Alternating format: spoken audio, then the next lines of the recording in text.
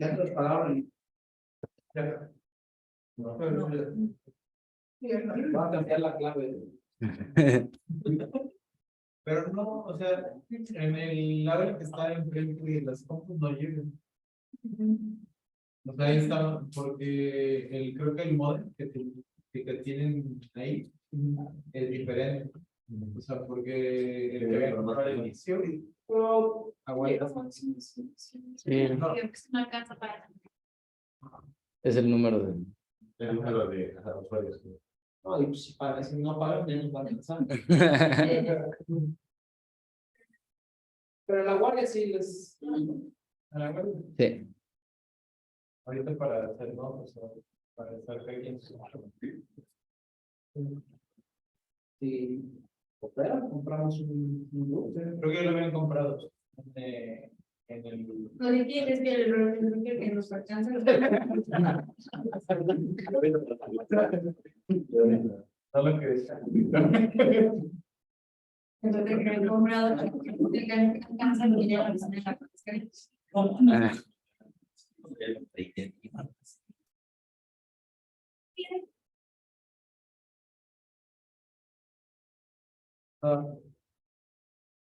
Bueno. Sí, ya. Entonces, bueno, el día de hoy vamos a hablar sobre este artículo de este estudio que se llama OVIVA, y es un estudio que compara la terapia oral versus la terapia intravenosa para infecciones óseas y articulares. Entonces, bueno, las infecciones de tejidos óseos y articulares requieren de tratamientos prolongados de antibiótico y de manejo quirúrgico en la mayoría de los casos. Entonces, es algo muy importante que recalca los autores sobre que estas dos cosas deben de ir siempre juntas cuando estamos tratando con este tipo de infecciones. Y anteriormente se tenía la creencia de que la terapia intravenosa era superior a la oral por la biodisponibilidad que se alcanzaba del antibiótico para que pudiera llegar al tejido óseo.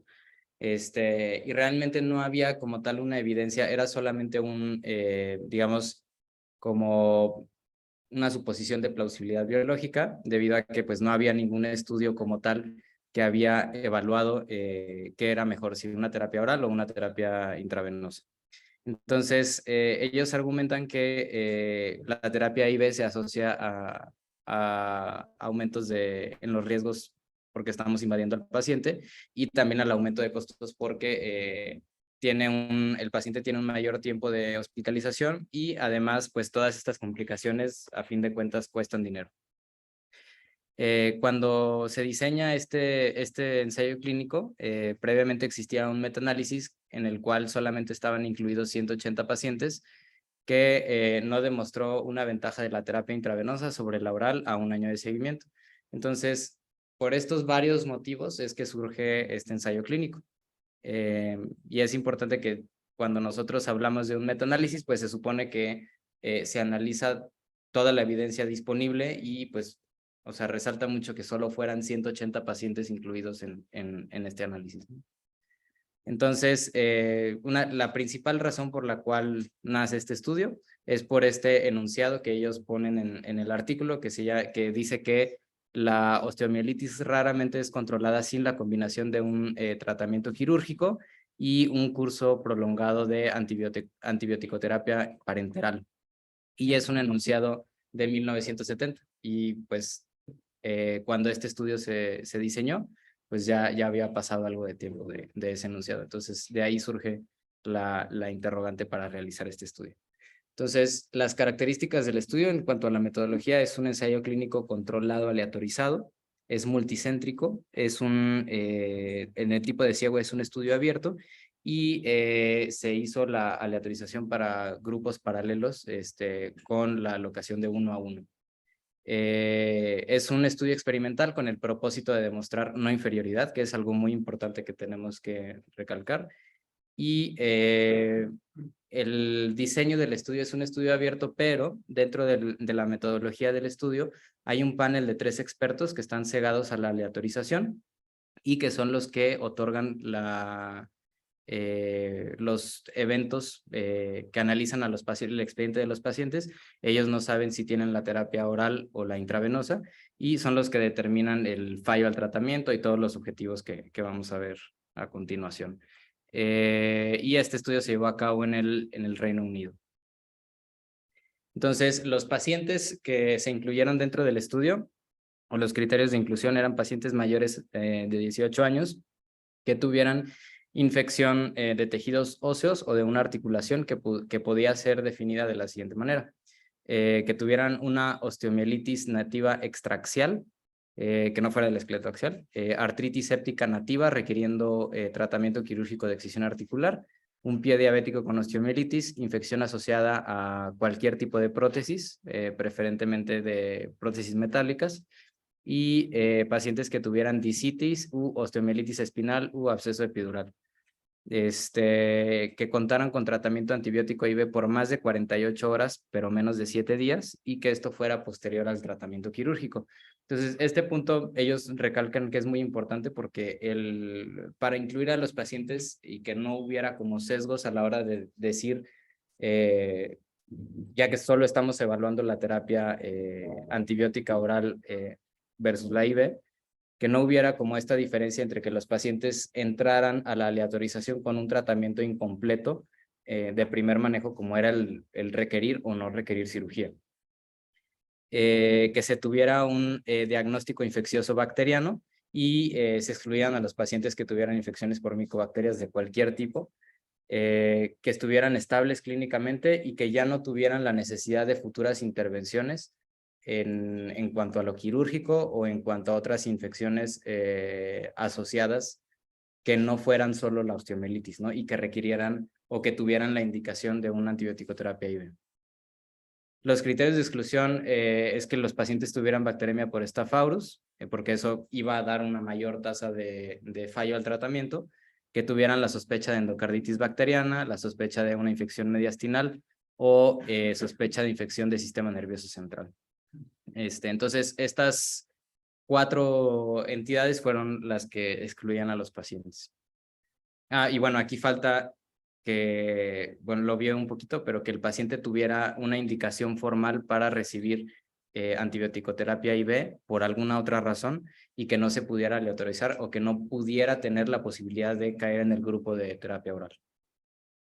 Se hizo una aleatorización generada por computadora y se hizo 1 a 1 para que los grupos quedaran homogéneos y se dividió en 2 grupos, el grupo de antibiótico-terapia IV y el grupo de antibiótico-terapia vía oral.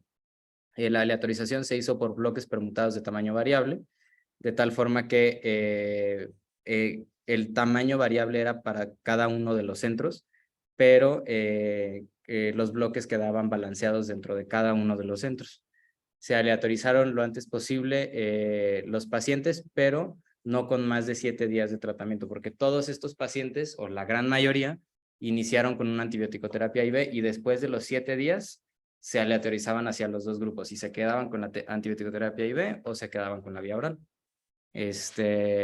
Y en cuanto al tratamiento, el tratamiento antibiótico fue seleccionado por el infectólogo y es bien importante que en este estudio no es parte de los objetivos qué antibiótico se usó.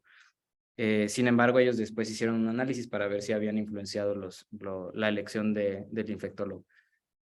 En el grupo de tratamiento oral se permitió el uso de rifampicina a discreción del infectólogo.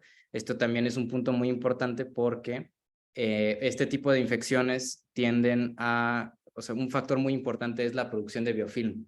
Entonces, los pacientes que solían entrar al grupo de la terapia IV no recibían como tal o con tanta frecuencia antes de la aleatorización la rifampicina, y los que entraban a la vía oral sí. Después se dieron cuenta que esto no había mucha diferencia, pero era una de las cosas que ellos cuando diseñaron el estudio se percataron y creían que les podía meter ruido en los resultados. El grupo de la vía oral permitió tratamiento hasta los 7 días de tratamiento antibiótico y que no tuvieran indicación para antibiótico-terapia IV por otras infecciones. Entonces, el desenlace primario era la falla tratamiento definitiva a 1 año. Y entonces, para definir la falla del tratamiento, los investigadores tenían, o el paciente tenía que cumplir uno de estos 3 criterios, que era el criterio clínico, microbiológico e histológico. Entonces, para definir la falla o si cumplían alguno de estos 3 criterios, este es aquí entraba en juego el panel de 3 expertos que definían, de acuerdo a estos 3 criterios, si el paciente fallaba o no. Entonces, el criterio clínico era que se evidenciara un drenaje proveniente de hueso o que se evidenciara pus franca de forma clínica. Después había un criterio microbiológico que era que se aislara un microorganismo indistinguible en 2 o más muestras de tejido profundo o una por aspirado. Entonces, quería decir que el mismo microorganismo con el mismo patrón de sensibilidades fuera en 2 muestras de tejido obtenida por cirugía o en una punción. Y el criterio histológico que demostrara infiltrado inflamatorio o que visualizaran microorganismos en el tejido obtenido. Entonces, ¿cómo se hizo el seguimiento? Entonces, los pacientes se evaluaron al inicio de la aleatorización, al día 42, al día 120 y al día 365. Esto en la búsqueda de todos los desenlaces, pero los pacientes tenían, digamos, como abierto la reevaluación en caso de que algo no fuera como lo esperado, ¿no? Si el paciente por alguna razón en el día, por decir algo, 130, empezaba con síntomas o con un cambio en el estadio clínico, pues podía acudir, se reevaluaba al paciente y se adjudicaba el evento, ya sea como falla de tratamiento, posible falla, probable falla o falla definitiva. Todos los desenlaces primarios se evaluaron por el comité que ya hablamos, que estaba cegado a la aleatorización de los 3 expertos, y asignaron los casos en el seguimiento en 4 categorías. Pacientes que no estaban infectados, que eso es tomado como el éxito del tratamiento a 1 año, posible falla al tratamiento y probable falla al tratamiento, que la diferencia entre estos dos la comentan en el apéndice, que es el aislamiento o no del agente microbiológico, y la falla al tratamiento definitiva, que era cumplir uno de los 3 criterios que ya vimos, que era el clínico, el microbiológico y el histológico.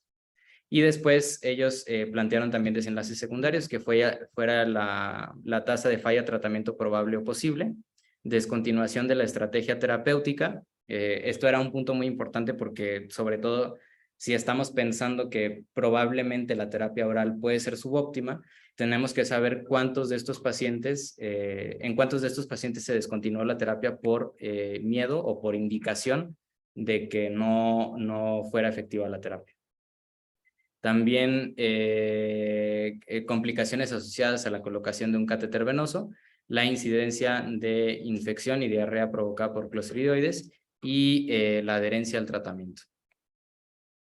Entonces, el análisis estadístico terminó con una muestra de 1,050 participantes y ellos previeron que el 5% de los pacientes que se diagnostican con una infección de este tipo que ya comentamos va a tener falla al tratamiento, y esto fue observado en otro estudio. Entonces, ellos definieron como el límite de su no inferioridad del 5%. Ellos estimaron pérdidas del 10% y para el cálculo del tamaño de muestra. Y finalmente, después ellos comentan que conforme en el primer análisis interino, se dieron cuenta que había otro estudio en donde definían que la falla del tratamiento podía ir de forma normal, ya sea en terapia IV o en terapia oral, hasta el 20% de los casos. Entonces se juntaron y platicaron para volver a definir este punto, porque pensaron que este 5% podía resultar muy estricto, y decidieron tomar como, digamos, como un parámetro otros ensayos clínicos de no inferioridad, en donde suelen poner el 15% o el 10% como el margen para definir la no inferioridad. Finalmente acordaron no irse ni tan a lo estricto del 5%, ni tan a lo laxo de lo que ellos pensaban, el 10%, y se quedaron con una nueva definición de no inferioridad del 7.5%. se hizo tanto análisis por intención a tratar como por protocolo, que esto es como un punto fuerte del estudio, y se hizo un análisis de sensibilidad en donde los pacientes que tenían datos incompletos se pusieron en el peor escenario posible, en el que los pacientes que tenían datos faltantes en el grupo de la terapia oral se ponían como fallo al tratamiento definitivo, y los pacientes que tenían datos faltantes en el grupo de la terapia IV se les ponían como el tratamiento 100% efectivo, de tal forma que en el peor de los casos pudieran o no encontrar la diferencia de la no inferioridad. Y la no inferioridad era alcanzada si el límite superior del riesgo al fallo del tratamiento con un intervalo de confianza del 90% es menor a 7.5%, 7.5 puntos porcentuales, y los datos categóricos se compararon con la chi cuadrada o con la prueba exacta de Fisher, dependiendo de qué tipo de análisis se hiciera, para definir si había... ¿Sí? No, perdón. Además que cambia de cuadrada de Pearson o prueba de Fisher, dependiendo del número de casos que tengas en tu tabla de contingencia. Okay. Si tienes menos de 5 casos, utilizas Fisher o Pearson. No, es que si tienes más de 5, eso probablemente si tienes más de 5, cada celda de las tablas de contingencia, utilizas no puedo si es Fisher o Pearson. Fisher. Ok. Y después se realizó un análisis por subgrupos y post-hoc para identificar las diferencias en el tratamiento. Entonces, aquí analizaron como todas las variables que les podían meter ruido, que ellos pensaban que era probable que alteraran los resultados, siendo la primera como la certeza diagnóstica. Entonces, ellos calificaban al paciente definitivamente infectado, posible, probable infección, y el paciente no infectado, para definir si entraba o no al estudio. Después, para que si el paciente requería y si se le hizo o no se le hizo el procedimiento quirúrgico que ameritaba, se hizo también análisis por patógeno infeccioso, por antibiótico prescrito y si usaron o no rifampicina dentro del esquema de tratamiento. Entonces, la aleatorización, esta es como la última parte, porque ellos ponen antes como los elegibles, y de ahí fueron como 2,000 y cacho pacientes que se fueron descartando casi la mitad por varias causas, hasta que finalmente llegan con los 1,054 para hacer la aleatorización, y los dividen en los dos brazos de forma equitativa, 1 a 1, para recibir o la terapia IV o la vía oral. Entonces, aquí calculando, no lo menciona en el artículo, pero el porcentaje de pérdidas es del 13%.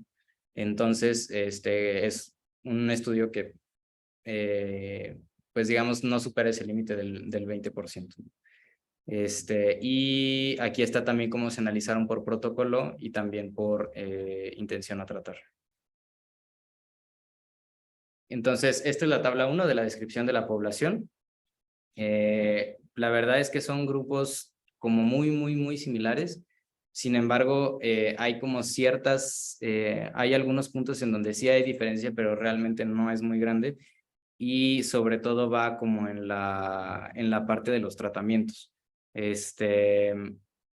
Justo al final lo vamos a platicar, pero lo usan como fortaleza y como debilidad del estudio, porque incluye una población muy heterogénea y no se centra mucho en patógeno específico, sitio específico y tratamiento específico, sino como que incluye un grupo grande de infecciones con diferentes tratamientos, y creo que eso le puede dar algo de puntos a favor al estudio, ¿no? Entonces, el porcentaje de pacientes que tuvieron una intervención quirúrgica de base es bastante alto.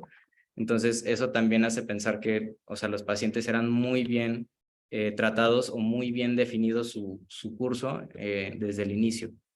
Y aquí abajo está la confirmación histológica de tejido profundo, en donde en casi el 50% de los pacientes se tenía la certeza de que los pacientes estaban realmente infectados, ¿no? Y había otros que por X o Y razón que no se podía aislar el microorganismo o así, no estaban incluidos en ese grupo. Las características microbiológicas de la muestra diagnóstica también son, o sea, tienen como un bastante buen número de pacientes en los cuales estaba bien confirmado y bien diagnosticado, y un número muy bajo en los cuales pues no había como tal una confirmación, que es entre el 5 y el 4% para los dos grupos. De los microorganismos, pues el más común de todos fue el Staph aureus, y luego los estafilococos coagulasa negativos. Y finalmente, pues aquí o sea, sobre todo, por ejemplo, los gram negativos, que suelen ser como más difíciles de tratar, pues no era tampoco un porcentaje tan alto, ¿no? Es importante que Staph aureus era el más común. Eso es muy importante. ¿Sabes? Ujú. Y en cuanto a los participantes, pues bueno, se reclutaron de junio del 2010 a octubre del 2015. El 60% de los pacientes tenían infecciones relacionadas a prótesis, lo cual también es muy importante porque suelen ser infecciones que a fuerza requieren un tratamiento invasivo, y solo el 7.6% eran no quirúrgicos, que por alguna razón podían no entrar a cirugía y quedarse solamente con la terapia intravenosa o con la terapia oral. El 90.5% de los pacientes tenían una infección bien definida, el 2.2% una infección probable y el 7.2% una infección posible. Y bueno, después cuando empiezan a analizar la duración y la ruta de antibiótico, ellos mencionan que en el grupo de antibiótico IV, el porcentaje de pacientes que recibieron la terapia IV fue decrementar durante el tiempo después de las 6 semanas. ¿Qué quiere decir esto? O sea, que digamos, proceso del tratamiento del paciente que fue aleatorizado hacia la terapia IV fue inicialmente realmente tener la terapia intravenosa durante 6 semanas, y eso es como, digamos, un predictor de éxito, que a las 6 semanas cambies tú de forma natural a una antibiótico-terapia oral para que pueda seguir tratándose el paciente en casa. La terapia antibiótica se continuó por más de 6 semanas en 800 pacientes, que es el 76% de la población, y la duración promedio entre el grupo IV y el grupo vía oral era de 78 y 71 días. Esto también es importante porque se pensaba que el grupo de vía oral, por ser menos efectivo, iba al final a tener más días de antibiótico a lo largo del tiempo que el grupo de vía intravenosa. Y finalmente pues fueron bastante similares y no hay ninguna diferencia entre las dos. Entonces en estas curvas, por ejemplo en la A, se fijan como casi el 80% de los pacientes inician con una terapia IV, y a partir del 7º día, que es cuando se hace la aleatorización, se divide el grupo de terapia oral para que se queden todos los pacientes que van a quedar con oral, y después los de IV al final de las 6 semanas, que se cambian a la terapia oral. Y aquí están marcados los pacientes que estaban recibiendo antibióticos. 42 son las 6 semanas que recibieron los pacientes IV o vía oral.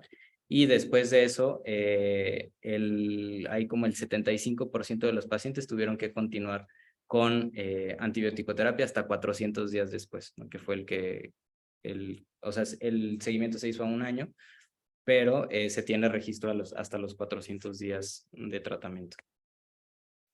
El desenlace primario, como ya vimos que era la falla del tratamiento, con uno de los 3 criterios que ya definimos, se vio en 74 de 506 pacientes, que era el 14.6%, eso en el grupo de intravenoso, y en 67 de 509, que es el 13.2% de los pacientes en el grupo de la vía oral. Después en el análisis de sensibilidad, el 39%, el 39 de 1054, que es el 3.7%, fueron los datos que se imputaron para hacer el análisis de sensibilidad. Como criterio de no inferioridad, que era el objetivo principal del estudio, el riesgo de falla al tratamiento por intención a tratar fue de menos 1.4, y el intervalo de confianza al 90%, que fue la definición original, era de menos 4.9 a 2.2, y cuando se hizo el nuevo análisis al 95% era de menos 5.6 a 2.9. Entonces, tanto el análisis por protocolo como por intención a tratar arrojan el mismo resultado de no inferioridad. Y esto es bien importante porque te habla de que el poder del estudio es bastante bueno para definir su objetivo. Entonces, de este lado, tenemos una... Creo que ahí está. Pero, ¿qué otra cosa? O sea, ¿qué podemos inferir de esto que acabas de decir? Cuando tú haces análisis por protocolo y por intención de tratar y te arrojan el mismo resultado consistente, ¿qué entendemos de eso? O sea, cuando hacemos un análisis por intención a tratar, son todos los pacientes que tú incluiste y que aleatorizaste, sin importar si terminaron o no el estudio. Y el protocolo son todos los que acabaron el estudio. Entonces, si por protocolo todos tus pacientes terminaron y solo lo analizas por protocolo, no sabes qué pasó con los que se perdieron y pueden ser fallas a tratamiento que, por ejemplo, los llevaron incluso a la muerte. Pero si por las dos vías, o sea, incluyendo incluso los que no terminaron, entonces quiere decir que el efecto de tu maniobra es tan bueno como para no afectarse tanto de una vía como por la otra. O sea, es consistente, la Ajá. maniobra es consistente y que no importa si tienes pérdidas durante el seguimiento, tus resultados van a ser los mismos. Sí, el mismo. Ajá. O sea, es lo suficientemente fuerte para que los resultados se sigan replicando, aunque tú vayas teniendo pérdidas en el transcurso del protocolo. Okay. Eso es muy bueno. Una de las preguntas que iba a hacer era, ok, hicieron análisis con intención de tratar y por protocolo, pero en ocasiones no reportan los dos. No Ajá, reportan uno. solo uno. Entonces, aquí lo relevante es que nos reportan cómo les fue en ambos casos. En ambos, y luego te ponen también el de sensibilidad y el peor escenario, que es todos los que no terminaron, los pongo como fallas en el oral, y todos los que faltaron los pongo como éxitos en el IBE. Entonces, esta es la gráfica que vamos a ver ahorita, que ellos presentan en el estudio. Entonces, en ella, por ejemplo, en esta gráfica en particular, se define como el margen de no inferioridad, que es a partir de ahí cuando nosotros empezamos a evaluar si la maniobra está siendo inferior o no es inferior al margen establecido. Y entonces en este estudio se ponen aquí los diferentes análisis. Entonces, en el análisis en la población de intención a tratar, digamos, ¿cómo se llama? El margen, el punto de corte para no inferioridad está aquí en el 7.5, que es la línea punteada. Y si ustedes se fijan, por intención a tratar, entonces, o sea, está antes de la unidad, y el intervalo de confianza ni por el 90 ni por el 95 ni siquiera se acerca al 7.5%. Entonces, eso nos habla de que en este análisis, digamos, como en este grupo en particular, todo es no inferior. Si hacemos la intención a tratar modificada, que era cuando incluían los datos imputados, sale prácticamente lo mismo, y el análisis por protocolo, que también es muy similar. Este último que está aquí, que es el Worst Case Sensibility Analysis, es cuando hacen esta maniobra que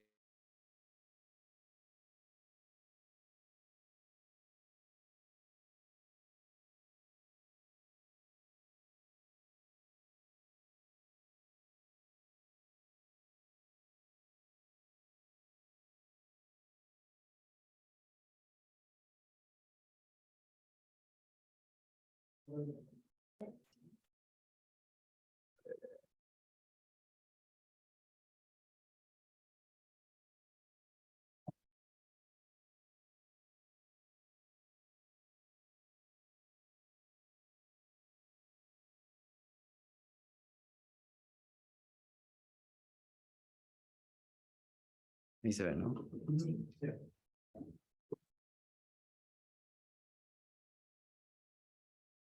Entonces, aquí hacían esta maniobra de poner como el peor escenario, que a mí me gustó mucho porque como que demuestra también mucho del poder del estudio, incluso pensando que todo pudo haber salido mal.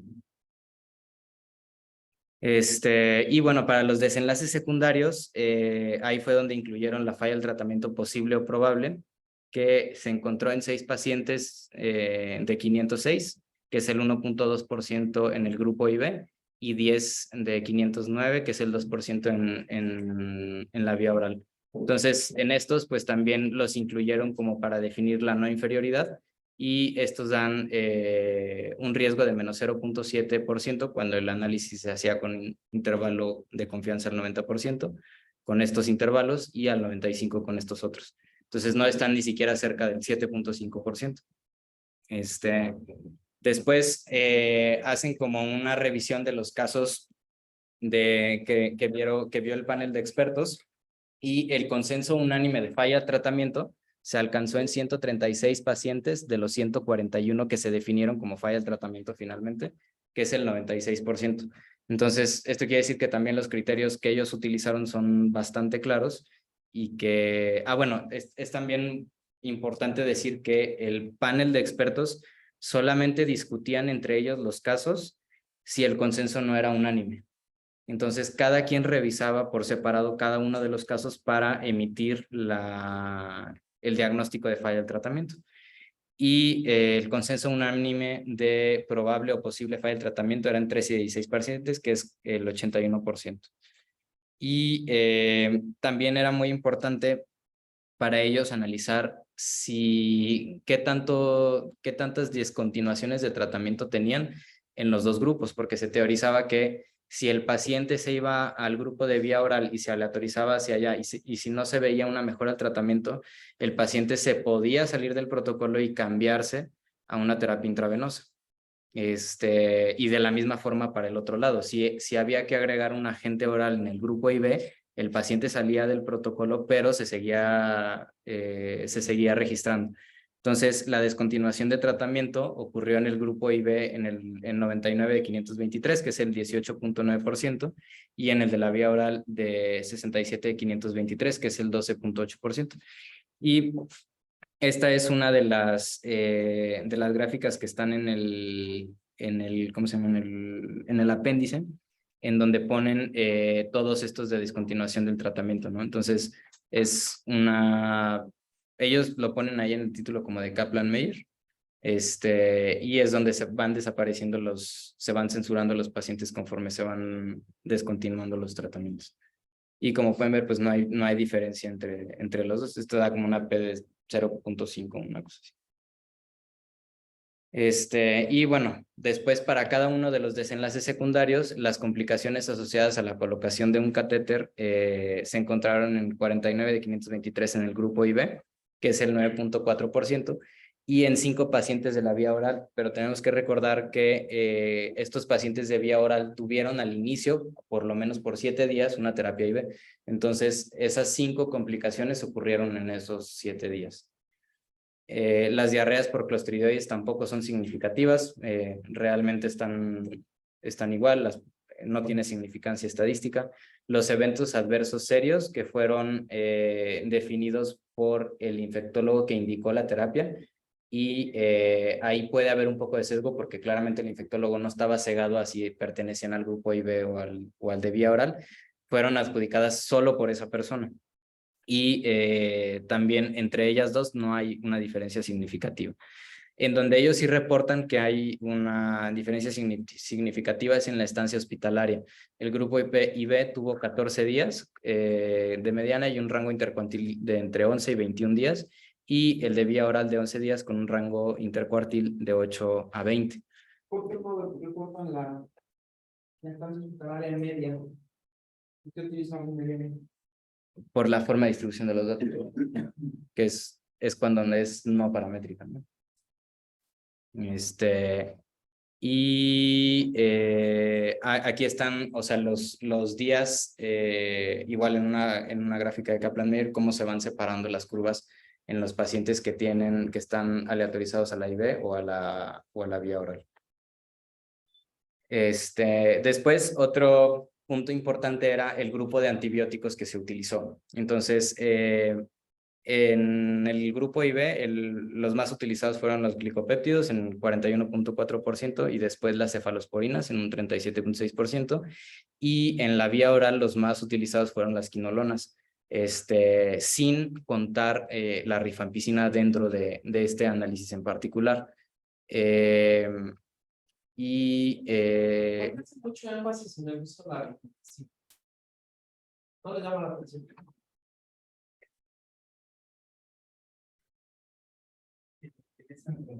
Viendo complementario, está, creo que todavía no está bien establecido cuando se ahí está donde poco habla, como para el Ese tratamiento de elección en nuestro poros da varios.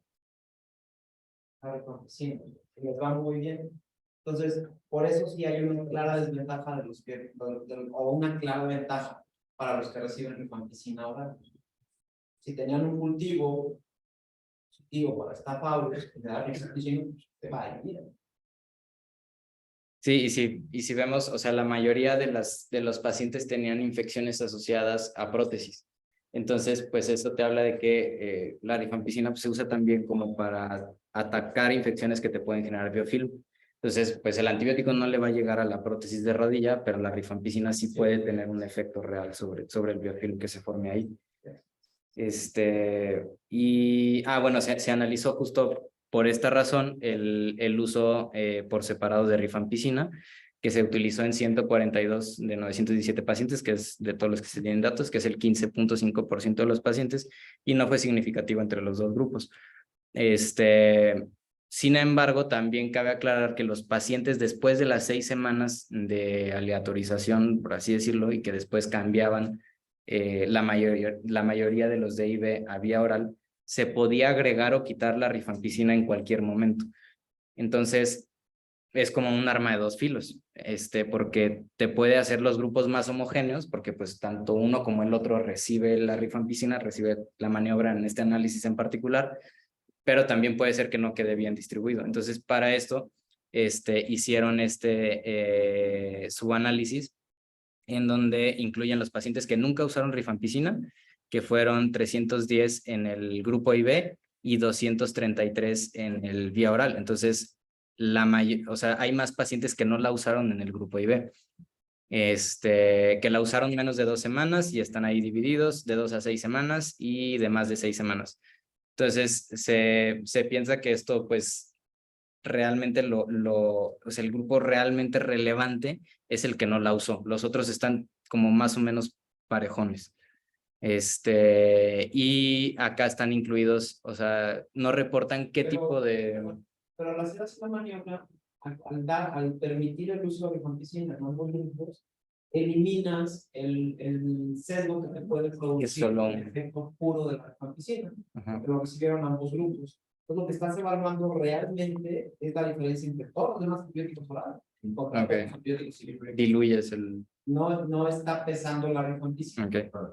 Porque la rifampicina se le dio a ambos. O sea, el tratamiento estándar en la mitad, 50% de la rifampicina más algunos.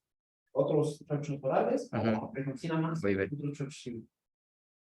Y, o sea, también otra cosa importante es que no dividen el tipo de, o sea, solamente están los antibióticos por grupo.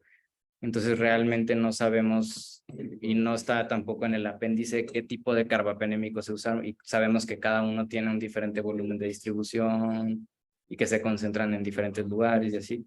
Entonces, pues eso también es importante, pero como no es un objetivo primario del estudio, pues ellos lo justifican como que no, que con solo agruparlos es suficiente.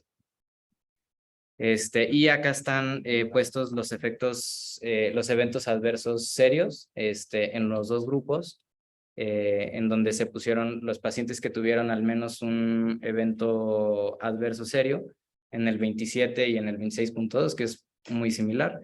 Y entonces están divididos por diferentes categorías, si están relacionados con el sitio quirúrgico, si están relacionados con la terapia antibiótica, si están relacionados con la fragilidad, si son neurológicos, cardiovasculares y todos estos. Aquí donde yo vi a lo mejor el que más que pudiera variar es en el de sitio quirúrgico, que hay más en la terapia oral. Ajá. Sí, ahí sí. Sí, y es algo de lo que comentan que puede ser una de las ventajas de la terapia oral, que no lo someten tanto al estrés de pasarlo IV. Y ya después de las, o sea, en las primeras 6 semanas del tratamiento, están contenidos el 34 y el 34% de los eventos. Entonces quiere decir que la mayoría de estas cosas sucedieron después. Ya está. Y después en la discusión ellos mencionan que la antibioticoterapia vía oral pues no es... Ajá. ¿Qué nada más frecuente en porcentaje? No sacaron la estadística. No. Esto ya estaba interesante, por ejemplo, muerte por todas las causas fue 7.7% para el grupo intravenoso contra 2.7% contra el para el grupo oral. Pero no sabemos si esto es. Y hay otra cosa también importante en la metodología, que es que los pacientes que inicialmente se les indicaba una terapia IV y se aleatorizaban al grupo IV, entraban al estudio. Pero ese puede ser un criterio de gravedad del paciente. O sea, que el infectólogo haya decidido, ajá, porque lo veía más grave o por cualquier otra cosa, y puede ser esa diferencia de la muerte por cualquier causa.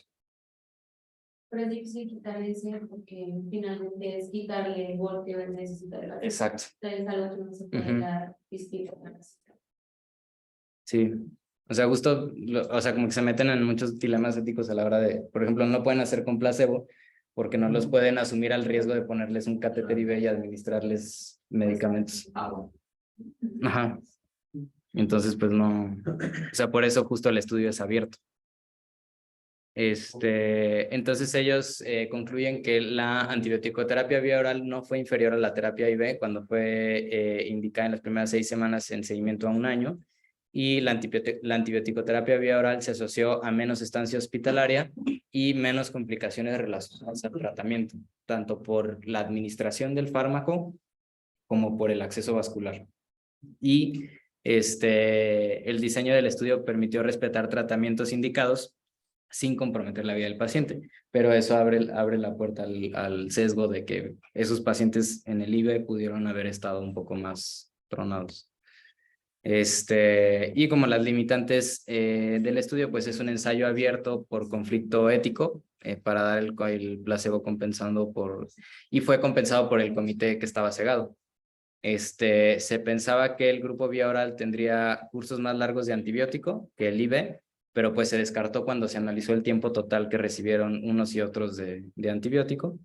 Y los pacientes con terapia IV llevaron un seguimiento más estrecho por la necesidad de tener un acceso vascular. Y ellos pensaron que por este seguimiento podían tener más, o sea, que se les diagnosticara más fácil la falla del tratamiento. Sin embargo, la forma de ellos como de descartar esta posibilidad es que se analizó el tiempo en el cual se diagnosticaba la falla al tratamiento después de la aleatorización y no se identificó que la falla al tratamiento se diagnosticara antes en los pacientes con terapia IV. Entonces eso como que les así justifican un poco esa limitante que pudieron haber tenido. Bueno, se utilizaron diferentes antibióticos, el uso libre de la rifampicina, que ellos lo mencionan como una limitación, y ellos también lo ponen como una limitante, pero yo creo que es algo bastante bueno que es una población muy diversa en cuanto al sitio de infección, el microorganismo y los tratamientos dados. Entonces, como que realmente se diluye un poco a que si solo se hiciera por un solo microorganismo en un solo sitio de infección y si eso no asociada a una prótesis. Y ya. Eso es todo. Es un estudio complejo Sí, de entender, no está tan. está difícil. Toda la parte del análisis estadístico, los estudios que están diseñados, casi todos los que conocemos están diseñados para demostrar superioridad. Pero cuando ya cambiamos los estudios o intentamos cambiar ese chip para demostrar no inferioridad, nos cuesta trabajo asimilar un poco, ¿no? Y es un poco más complejo. Metodológicamente parece que está bastante bien diseñado, pero bueno, pues, es un resultado para tomarse en cuenta, ¿no? Porque no es tanto el efecto de cómo les fue, sino también pues, los costos que te ahorras de tener un paciente hospitalizado contra uno que tienes ambulatorio, las complicaciones. Bien, ¿alguien quiere comentar algo más? Yo justo eso me quedo con la reducción de complicaciones, ¿no?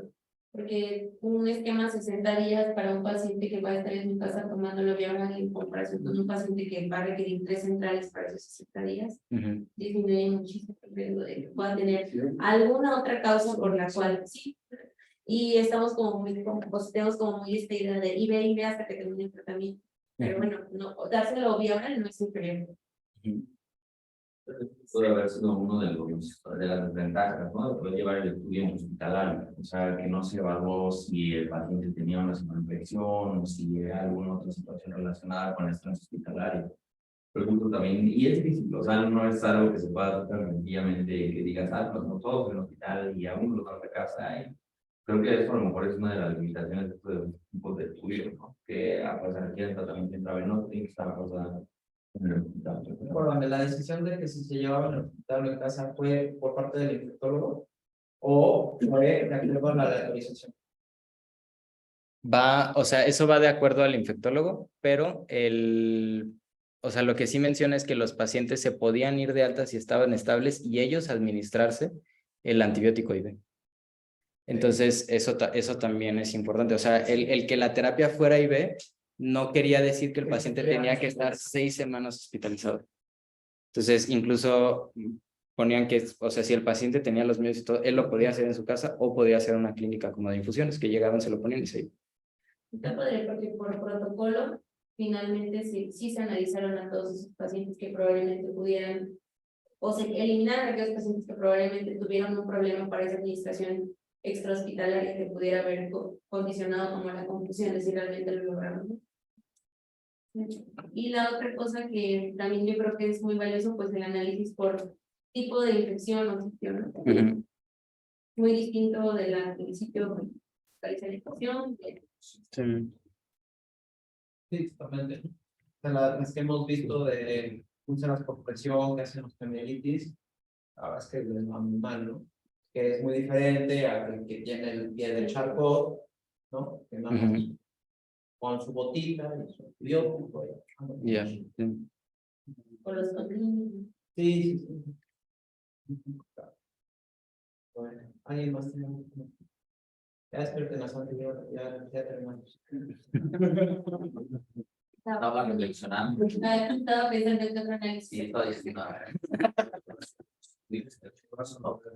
Miembros superiores.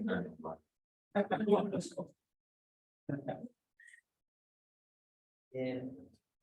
Bueno, pues ya. Nos vemos nos vemos al rato en Zoom.